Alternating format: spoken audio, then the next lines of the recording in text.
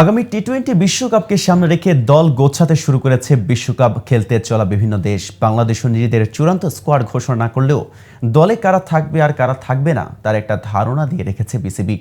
এই সম্ভাব্য স্কোয়াডে বিশ্বকাপের জন্য ট্রাম্প কার্ড হতে পারেন কারা, সেটি নিয়ে বিশ্লেষণ করেছেন বিশ্লেষকরা।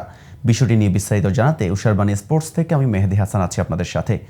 জিম্বাবুয়ের বিপক্ষে সিরিজের আগে 17 জনের একটা প্রাথমিক স্কোয়াড ঘোষণা করেছে বিসিবি, যেখানে পরে যুক্ত হবে আরও দুজন, সাকিব এবং মুস্তাফিজ। এই 19 জন থেকেই বাছাই করা হবে বিশ্বকাপ স্কোয়াড। বিশ্ব আসরের আগে এমন পরিকল্পনার প্রশংসা করেছেন বিসিবি পরিচালক এবং সাবেক টিম ডিরেক্টর খালেদ মাহমুদ সুজন। মিরাজের জন্য আক্ষেপ থাকলেও এই 19 জনকেই এই মুহূর্তে সেরা পছন্দ বলেও মানছেন তিনি। নির্বাচক কমিটি স্কোয়াড ঘোষণার পরপরই যেন ব্যস্ততা বেড়ে গেছে বিসিবিতে। ডিপিএল এর দলগুলোর অনুশীলনের মাঝেই তাই চলছে জাতীয় দলের প্রস্তুতিও। তাই তো আবাহনীর অনুশীলনে যোগ না দিয়ে জাতীয় দলের কোচদের সঙ্গে নেট সেশন করছেন লিটন কুমার দাস। ইনডোরের নেটে লিটনকে ফর্মে ফেরাতে চলে 3 কোচের আপ্রাণ চেষ্টা, যেখানে হাতুড়ের সঙ্গে ছিলেন নিক পোথাস এবং সদ্য যোগ হওয়া মুশতাক আহমেদ। নির্দিষ্ট কিছু শট নিয়ে কাজ করেন লিটন। পাশের নেটে তখন ইনজুরি থেকে আবারও নিজের ছন্দে ফেরার চেষ্টায় ছিলেন সৌম্য সরকার।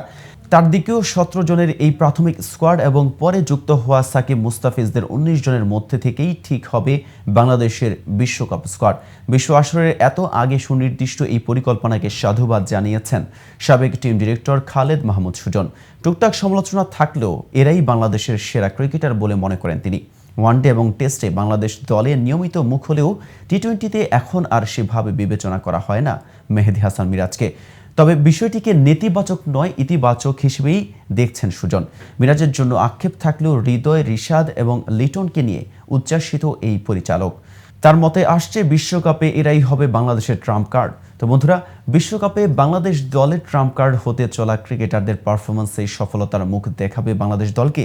আপনার মতামত জানাতে পারেন কমেন্ট বক্সে। আর ভিডিওটি ভালো লাগলে ক্রিকেট প্রেমীদের নিকট শেয়ার করতে ভুলবেন না।